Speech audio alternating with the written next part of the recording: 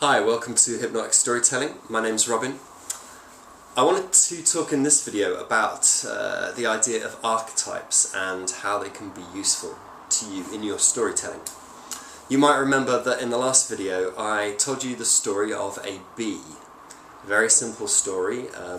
I find a bee on the stairs, I feed the bee honey and water, the bee eats the honey and water, and then it flies off, happily ever after. Really simple. Couldn't get much simpler than that, right? Now, one of the questions I asked you to think about was, what other stories is that like? Because when I'm telling stories, one of the things that I like to do is to identify what's the simplest pattern, what's the simplest way that I can tell this story. And when you start to do that, you'll come across certain archetypes in the stories that you tell. Now, an archetype is any symbol or pattern that is the prototype for a whole set of similar things that are copied from it or based on it. Now, if you think about the story of the bee, then that is like, for example, the story of the Samaritan in the Bible. Man standing by, injured by side of road, Samaritan comes up, helps injured man gets better. It's also like Androcles and the lion.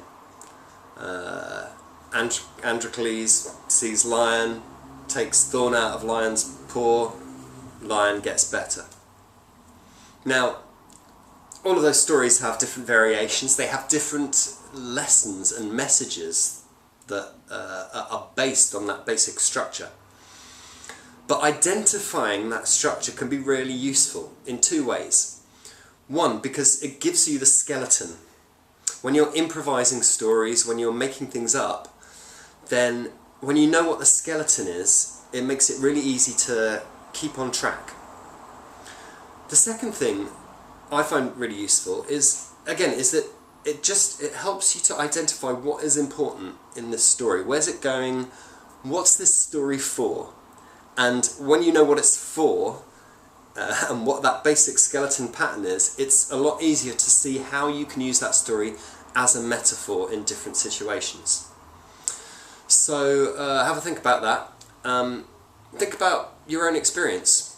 Where are the Good Samaritan metaphors and stories in your life? Let me know what you think by leaving a comment below. I look forward to speaking to you next time. Cheers.